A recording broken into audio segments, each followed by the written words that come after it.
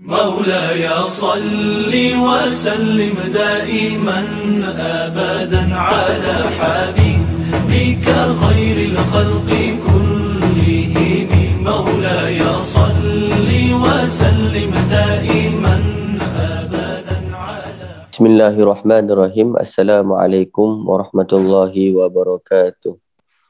Bismillahirrahmanirrahim. Qala mu'allif rahimahullahu ta'ala, nafa'ana Allahu bihi wa bi ulumihi fid dharain. Amin.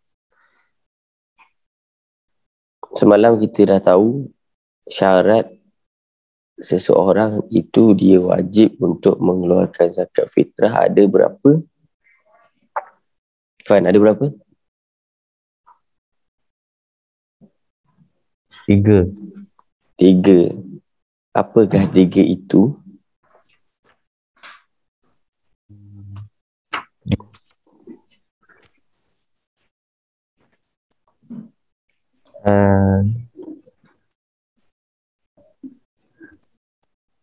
Islam menemui 2 masa, dia memiliki kelebihan. Betul, Ustaz?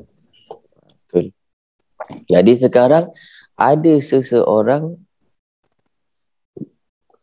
kafir, dia masuk Islam sebelum terbenamnya matahari, sebelum tenggelamnya matahari, pada hari terakhir bulan Ramadan. Apakah wajib zakat fitrah kepada dia, Rafif? Boleh, Ustaz? Ada seorang kafir, dia masuk Islam pada hari terakhir bulan Ramadan sebelum tenggelamnya matahari. Apakah jatuh kewajipan untuk zakat fitrah kepada dia? Wajib. Sebab? Islam, lepas tu dia ada di bulan Ramadan, sebelum terbenam, ada dekat 2 fasa. Dan dia ada kelebihan. Kelebihan. Dia faham Kalau baby lahir selepas terbenamnya matahari,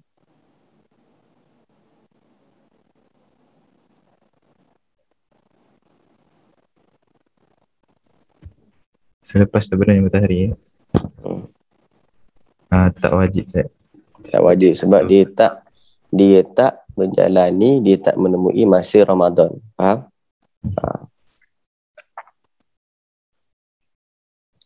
Bismillahirrahmanirrahim. Jadi ada 3 cara untuk selalu Al-Imam Asy-Syafi'i, bahkan ulama-ulama, dia selalu berpesan kepada anak murid dia, kalau kita nak jadi orang yang faham tentang sesuatu ilmu, kena ada 3 sifat ketika menuntut ilmu. Pertama,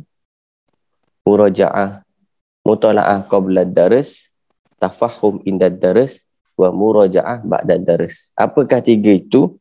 Yang pertama adalah ulang kaji sebelum belajar. Mutalaah qabla ad-dars, ulang kaji dulu sebelum belajar. Yang kedua, tafahum inda ad-dars, faham ketika belajar. Wa muraja'ah ba'da ad-dars, ulang-ulang selepas belajar. Kalau kita tak ada muraja'ah, kita akan lupa. Kalau kita tak mutala'ah, kita tak ulang kaji, maka kita tak akan semangat untuk berada dalam sesi pembelajaran itu. Dan kalau kita tidak faham ketika belajar itu pun, kita tak akan ada rasa nikmat untuk mendengarkan, apatah lagi untuk menulis. Faham? Jadi 3 itu cara kunci kejayaan seorang yang menuntut ilmu. Selalu dia kena bawa ketika dia menuntut ilmu. Jangan lupa untuk study sebelum belajar, fokus semasa belajar, dan ulang lagi masa dia dah belajar. Bismillahirrahmanirrahim. Kemudian sambungan, wa yuzakki asy-syakhsu an nafsihi amman talzamuhu nafaqatuhu minnal muslimin. Seseorang wajib untuk dia membayar zakat kepada dirinya dan kepada orang Muslim yang wajib dinafkahi olehnya. Kalau semalam saya bagi contoh, dia orang kafir, dia bukan orang Islam, tetapi dia wajib keluar zakat. Kerana apa? Kerana dia ada orang yang ditanggung olehnya, iaitu orang Islam. Ingat. Sekarang umum. Bila ada nama asyaksu tu orang, maka dia umum. Kafir ke Islam ke. Kalau ada orang Islam yang di bawah tanggungan dia, maka dia wajib untuk mengeluarkan zakat fitrah untuk orang yang dinafkahinya itu. Kalau orang Islam apatah lagi, contoh macam siapa? Abang Syami. Dia wajib untuk nafkahi diri dia sendiri dan orang yang dinafkahi ni, keluarga ni. Siapa lagi yang menafkahi? Kalau Tuhan dinafkahi. So, yang mana dia ada orang yang dinafkahi olehnya, maka dia wajib untuk mengeluarkan untuknya dan untuk orang yang dinafkahinya. Fala yalzamu al-muslima fitratu abdin wa qaribin wa zawjatin kufarin. Maka seorang Muslim, orang Islam, dia tidak wajib untuk membayar zakat fitrah daripada membayar zakat fitrah untuk hamba atau kerabat ataupun isteri dia yang mana bukan beragama Islam. Wa in wajabat nafaqatuhum, walaupun dia wajib untuk memberi nafkah kepada mereka semua. Faham? Ada seseorang Islam, dia ada kerabat ataupun dia ada hamba, yang mana kerabat dan hamba itu berada di bawah tanggungan dia. Makan minum dia semua ditanggung. Bahkan isteri dia sendiri tu kafir. Ada ke suami isteri kafir, boleh ke? Ada banyak syarat dia.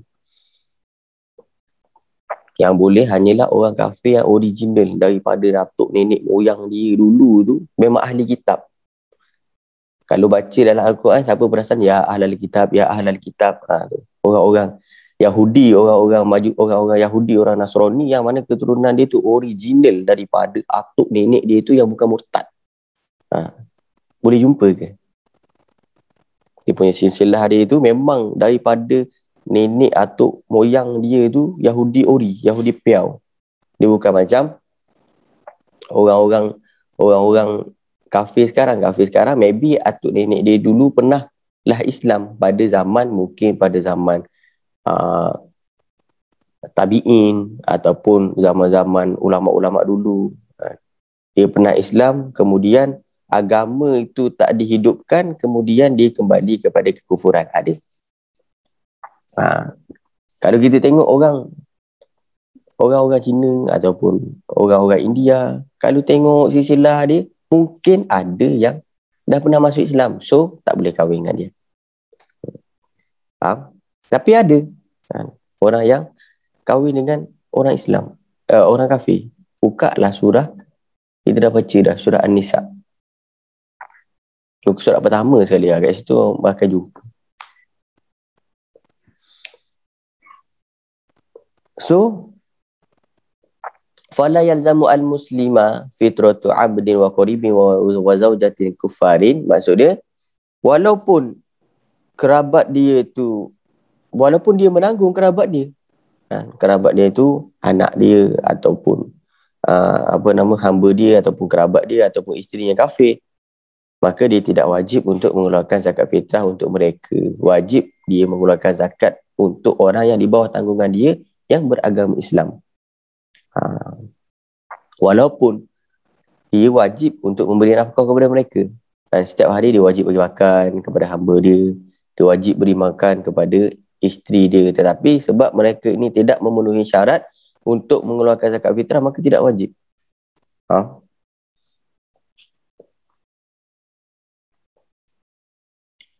Kemudian wa idza wajabat al-fitratu ala syakhsin fa yukhriju sa'an minal qutil baladihi.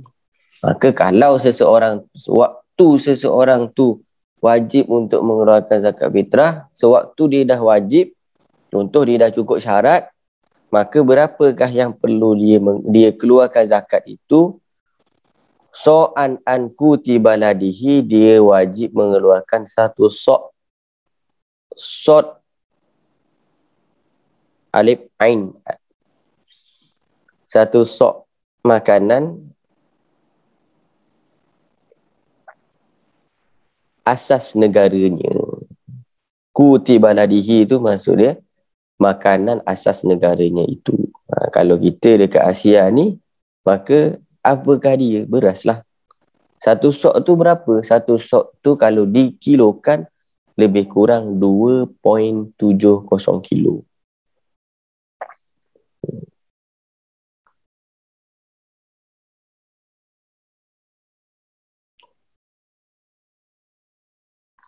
.7.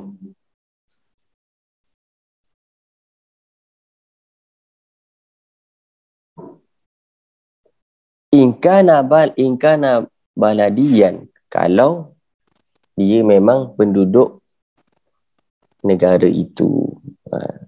Contoh kalau kita penduduk negara Malaysia ni, kita keluarkanlah zakat beras. Fa in kana fi baladil aqwatun walaba ba'duha wajabat al-ikhraju minhu walau kana asyaksu fi badiyatin la quwata fiha. Akhraja min kuti aqrabil biladi ilaihi. Sekarang ada dibagi contoh. Kemudian kalaulah satu negara itu dia memiliki beberapa jenis makanan asas, makanan yang memberikan kekuatan kepada tubuh.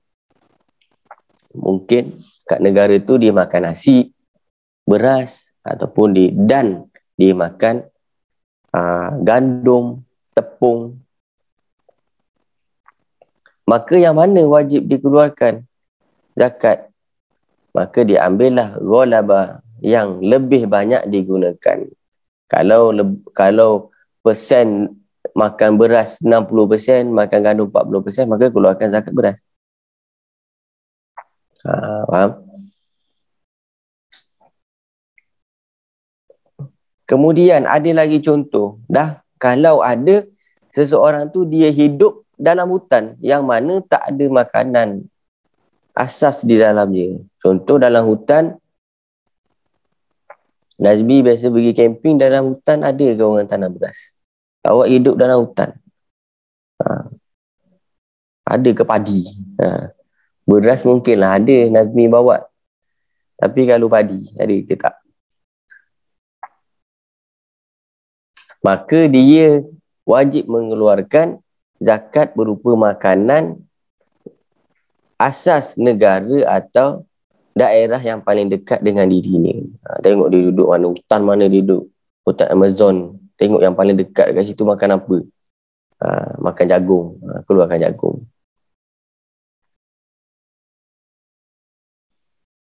Kemudian zakat tadi tu yang wajib dikeluarkan adalah satu sok berupa 2.7. Kalau tak mampu macam mana? Kan dia ada kelebihan. Memang dia ada kelebihan, tetapi untuk capai kepada satu sok tu dia tak mampu. Maka berapa yang perlu dikeluarkan?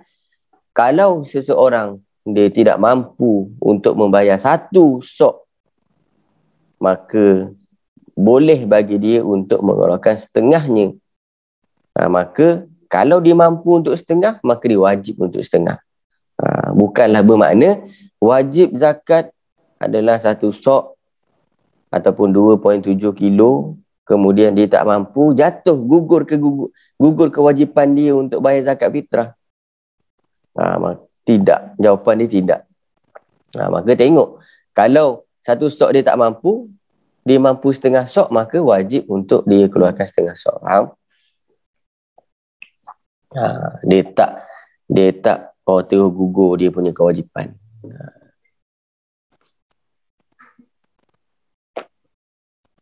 Kemudian ada tambahan lagi, waktu menunaikan zakat fitrah. Ada berapa waktu untuk menunaikan zakat fitrah ni? Ada dibahagi menjadi 5 waktu. Waktu wajib, waktu afdal, waktu sunat, waktu makruh, waktu haram. Bilakah waktu wajib untuk mengeluarkan zakat fitrah? Waktu wajib ni adalah apabila tenggelam terbenamnya matahari di akhir Ramadan sehingga terbit matahari 1 Syawal. Faham? Ni adalah waktu yang wajib. Malam raya. Wajib. Kena bayar. Kemudian yang nombor 2, waktu yang afdal, yang lebih baik. Itu sebelum sembahyang hari raya. Sebab kita perasan tak kenapa kalau hari raya Aidilfitri dia lewatkan sembahyang raya, tetapi kalau sembahyang Idul Adha dicepatkan. Ada yang perasan? Perasan Hafif? Ke sama je? Sebab function dia sembahyang raya Idul Fitri itu diakhirkan sebab untuk memberi peluang kepada mana-mana individu yang belum lagi dibayar zakat, ada masa dia untuk bayar zakat. Tetapi kalau untuk Idul Adha kenapa cepat? Sebab lepas tu nak pakai waktu untuk sembelih korban. Kemudian yang ketiga, waktu sunat. Bila waktu sunat? Sepanjang bulan Ramadan. Masuknya 1 Ramadan, tenggelamnya matahari pada bulan Sya'ban itu, maka telah masuk waktu sunat untuk membayar zakat fitrah. Waktu makruh. Bila waktu makruh yang nombor 4? Selepas sembahyang hari raya sehingga terbenamnya matahari 1 Syawal. Itu makruh. Apalah sibuk sangat sampai lupa. Kemudian yang nombor 5, waktu haram membayar zakat fitrah adalah selepas terbenamnya matahari 1 Syawal. Masuk hari raya yang kedua, dia baru nak bayar. Apa maksud waktu wajib yang nombor 1 tadi tu?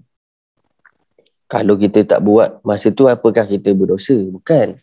Maksudnya waktu wajib itu adalah ketika terbenamnya matahari pada akhir bulan Ramadan, dan maka di situ adalah start kira seseorang. Kita ni wajib untuk bayar zakat. Faham? Kalau sebelum terbenamnya matahari belum jatuh lagi kewajipan. Dia macam haul, itulah contoh. Dia ada masa. Dia kalau dah tenggelam matahari, baru datang kewajipan kepada kita untuk bayar zakat. Sebab apa kewajipan? Sebab kita dah lalui 2 masa. Kalau masa bulan Ramadan, kita belum lalui lagi 2 masa. So, dia sunat. Faham? Tetapi untuk ikhtiar, untuk hati-hati, boleh kita bayar masa bulan Ramadan. Mungkin takut malam raya sibuk nak tolong isteri pasangan C ke. Mungkin terlalu sibuk Teha nak buat ketupat ke, nak buat kuih raya ke, mungkin busy, bayar dulu pun boleh. Tetapi yang paling afdal bila masa kita nak pergi sembahyang raya tu, kita bayar. Tetapi ada setengah masjid tu kata kau ni sibuk sangat masa ni baru nak bayar. Tapi kalau pengalaman dekat kampung saya, ramai orang bayar masa nak sembahyang raya tu. Ada lagi ambil zakat tu, ada lagi kat depan.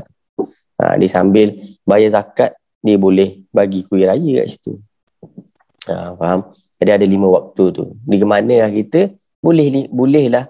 Jangan 5-5. Ada 3 sahaja. Waktu wajib, waktu sunat dengan waktu afdal. 3 tu. Siapa yang tahun lepas masih lagi mak ayah dia yang bayar zakat fitrah dia, tahun ni cakap, tahun ni saya nak belajar berdikari, saya nak bayar zakat saya sendiri. 2.7 kilo beras. Berapa ringgit saya? Setahun sekali. Belajar untuk bayar zakat fitrah. Sebab nak zakat pendapatan, mungkin belum. Ataupun zakat emas, belum ada. Kita belajar dulu untuk melakukan zakat, iaitu rukun Islam. Cuba belajar, insyaAllah. Ada yang nak tanya berkaitan dengan zakat fitrah? Ada ya?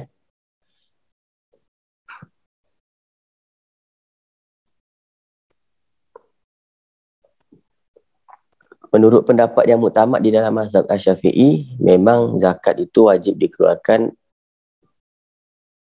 berupa makanan asas tadi, beras. Tetapi apa yang berlaku dekat kita, ada yang bayar duit, Siapa pernah bayar zakat fitrah yang beli beras dulu? Siapa pernah lalui Pernah bayang macam tu? Selama beberapa tahun saya bahasa dekat Temuruh, ada beras kat situ, kita beli dan kita bayar pakai beras tu. Tetapi tak salah sebab ada kaul dalam mazhab Syafi'i boleh bayar dengan apa nama dia, dalam mazhab Hanafi. Mazhab Hanafi ada sebahagian ulama ashabu Syafi'i ada membolehkan. Tetapi kalau mana-mana tempat yang buat bayar zakat fitrah menggunakan duit itu, dia ikut kiraan dalam mazhab Hanafi, bukan 2.7, dia lebih banyak, 3.2 ke berapa. Kena ikut lah. Tetapi kalau kita dekat Malaysia ni, JAKIM ataupun JAIS tu dia dah tahu dah siap-siap apa lembaga zakat tu, dia dah buat siap-siap dah. Tetapi ada setengah tempat tu yang dia ada praktik yang macam tu, dia letak beras kat situ. Dan kita datang, kita beli beras, kita bayar zakat dengan beras, bukan dengan duit. Yang terbaiknya dengan itulah, dengan makanan asas tu, beras tadi.